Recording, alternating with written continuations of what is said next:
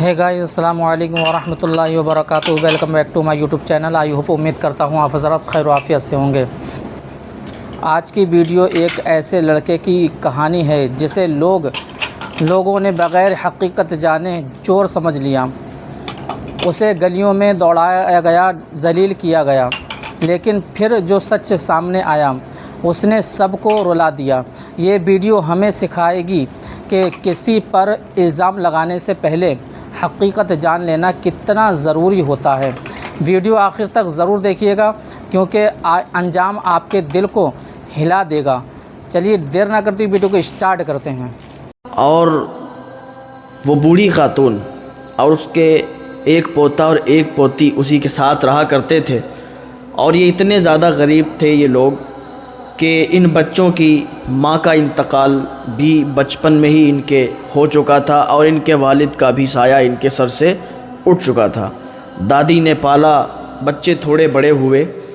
اب دادی کی بھی طبیعت خراب ہونے لگی، دادی کی بھی ایج ہو گئی، ایک عمر ہو گئی. اب دادی تو بستر علالت پر چلی گئی، چارپائی پر ہی پڑی رہتی، چارپائی ہی پر لیٹی رہتی. بچے جس طریقے سے ہو سکتا تھا لاتے تھے اور کھانے کے لیے تو وہ کھانا کھایا جاتا تھا. چھوٹی بہن تھی اس لڑکے کی، فاقہ ہو گیا. بھوکوں سے یہ لوگ نڈھال ہو گئے، بھوکوں سے ان کے حالت خراب ہو گئی. بھوک لگی شدید تو لڑکے کو دیکھا نہیں گیا. لڑکے نے کہا میں لاتا ہوں کہیں سے انتظام کر کے. تو ایک ٹھیلے والے کے پاس گیا اور اس نے کہا کہ بھائی مجھے کچھ کھانے کے لیے دے دو، عید کا دن آنے والا ہے. میں بتا رہا ہوں، اس کو کان کھول کے سنیے، عید کا دن آ رہا ہے. ٹھیلے والے کے پاس گیا، کہا کچھ دے دو، میں بھی بھوکا ہوں، میری بہن اور دادی بھی گھر پہ بھوکی ہے. اس نے جھڑکا اور کہا تم جیسے لوگ یہاں آ جاتے ہو، نہ جانے کتنے لوگ آتے ہیں، کس کس کو میں مدد کروں. اس ٹھیلے والے نے بھگا دیا. ہر کوئی ایک جیسا نہیں ہوتا ہے، ہر کوئی ایسا نہیں ہوتا ہے کہ فالتو میں ہی گھومتا رہے. کچھ مجبوریاں بھی کسی کے سامنے ایسی ہوتی ہیں کہ وہ روٹوں پر نکال دیا کرتی ہیں، بھیک مانگنے پر لوگوں کو مجبور کر دیا کرتی ہیں. حالانکہ بھیک مانگنا جائز نہیں ہے، لیکن کبھی کبھی کچھ لوگوں کے سامنے ایسے حادثات ہو جاتے ہیں کہ وہ لوگوں کے سامنے ہاتھ پھیلانے پر مجبور ہو جاتے ہیں. تو جب آپ کے سامنے ایسے لوگ آیا کریں تو اگر آپ صحیح معنوں میں مالدار ہیں اور آپ کے پاس اتنی استطاعت ہے تو آپ ان کی غریبی مٹانے کا کام کر دیں. اللہ تعالیٰ کو آپ کا یہ عمل اتنا پسند آئے گا کہ اللہ تعالیٰ آپ کو دنیا میں بھی کامیابی عطا فرما دے گا اور آخرت میں بھی کامیابی عطا فرما دے گا. ٹھیلے والے نے جب جھڑکا، لڑکا واپس آ گیا. آ رہا تھا کوڑا جہاں پر لوگ پھینکتے ہیں، جہاں پر کچڑا ڈالتے ہیں، تو وہاں پر جب اس کی نظر پڑی تو اس نے کچڑے کو ہٹانا شروع کیا. اب آپ یہ بھی تو دیکھیں کہ بھوک کہاں تک لے جاتی ہے. کچڑے کو ہٹانا شروع کیا. اس میں کچھ سڑے گلے پھل پڑے ہوئے تھے.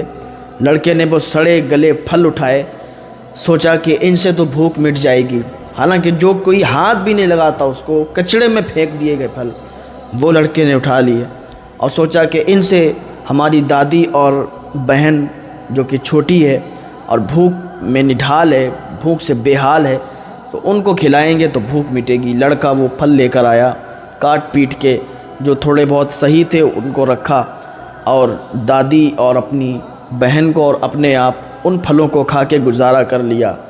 اب ادھر کیا تھا، لوگ اپنے اپنے جانور لائے ہوئے تھے. لوگ اپنے اپنے جانور ایک دوسرے کے سامنے لے جاتے. کوئی کہتا کہ دیکھو میرا کتنا عالی شان جانور ہے، کوئی کہتا دیکھو میرا کتنا اعلیٰ جانور ہے. وہیں پر ایک چودھری بھی رہا کرتا تھا جو بہت زیادہ متکبر انسان تھا، بہت زیادہ غرور اور گھمنڈ رکھنے والا انسان تھا، جس کے دل میں بالکل رحم نہیں تھا. وہ دکھنے میں تو امیر تھا لیکن اس کا دل غریب تھا. اس کے یہاں بہت سے جانور آئے ہوئے تھے اور سب ایک سے ایک جانور آئے ہوئے تھے.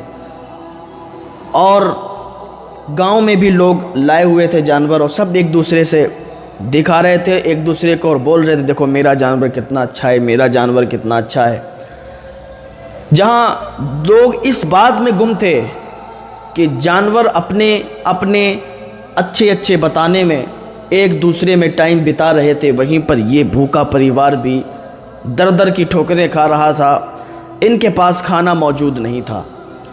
لڑکا پہنچ گیا، دیکھ رہا تھا کہ کل عید آنے والی ہے، کل قربانی کا دن آنے والا ہے، کل عید الاضحیٰ آئے گی، کل قربانی ہوگی۔ سوچ رہا تھا کہ کل گوشت کھائیں گے، پیٹ بھر کے ملے گا۔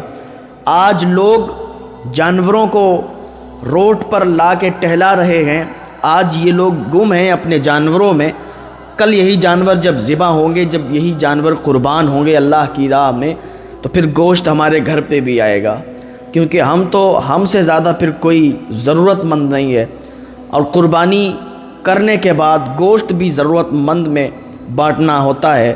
تو وہ سوچ رہا تھا کہ کل ہمارے گھر میں گوشت آئے گا۔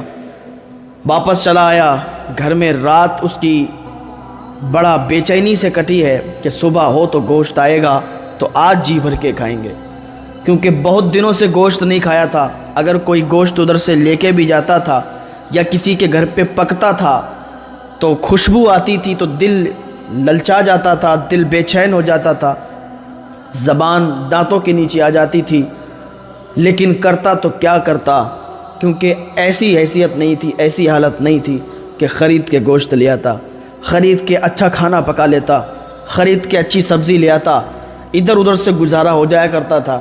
عید کا دن بھی آ گیا، صبح ہوئی، لوگ عید کی نماز پڑھ کے واپس آنے لگے، قربانی کرنے لگے، اپنے اپنے جانور قربان کرنے لگے۔ وہ ٹائم بھی آ گیا کہ گوشت بانٹنے کا ٹائم آ گیا۔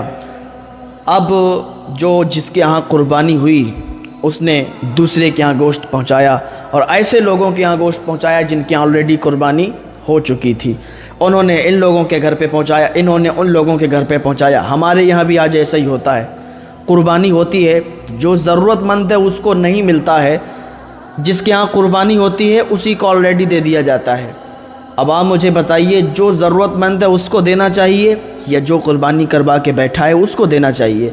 بھائی غریبوں کو دیکھو، ان کے بچے بھوک سے بے حال ہوتے ہیں، ان کے بچوں کا آسرا لگا ہوا ہوتا ہے کہ قربانی کے دن آئیں گے تو ہم بھی گوشت کھائیں گے، ہمارے گھر پہ بھی گوشت آئے گا، تو ان لوگوں میں پہنچائیں جو بالکل ضرورت مند ہیں۔ لڑکا انتظار کر رہا تھا، بیٹی انتظار کر رہی تھی، دادی انتظار کر رہی تھی کہ آج قربانی کا دن ہے، آج عید کا دن ہے، آج محلے سے گوشت آئے گا، گھروں پر قربانی ہوئی ہے، قربانی کا گوشت آئے گا۔ وہ انتظار میں تھے یہ لوگ، لیکن کہیں سے کوئی گوشت کی ایک بوٹی تک نہیں آئی، کہیں سے گوشت کی ایک بوٹی تک نہیں آئی۔ دن ڈھلنے لگا ہے، بھوک سے نڈھال ہو چکے ہیں، بھوک اتنی شدت کے ساتھ لگی ہے کہ کچھ کہہ نہیں سکتے۔ اب اس نے سوچا کہ چلو چلتے ہیں، دیکھتے ہیں کہ جس کے گھر قربانی ہوئی ہوگی تو اس سے جا کے گوشت کو مانگ لیں گے۔ ادھر تو لوگوں نے اپنے اپنوں میں گوشت کو بانٹ دیا، اپنے اپنوں میں تقسیم کر دیا، جو ضرورت مند تھا اس تک گوشت نہیں پہنچا ہے۔ قربانی ہو رہی ہے، جانور قربان ہو رہے ہیں۔ لڑکے نے سوچا کہ چلو چودھری صاحب کے گھر زیادہ قربانی ہوئی ہیں، چودھری صاحب کے گھر چلتے ہیں۔ لڑکا اٹھا، چودھری کے دروازے پر پہنچا، اندر قربانیاں ہو رہی تھیں۔ چودھری کے دروازے پر پہنچا تو سپاہیوں نے روک لیا، اور روکنے کے بعد کہنے لگے کہ تو کہاں جا رہا ہے؟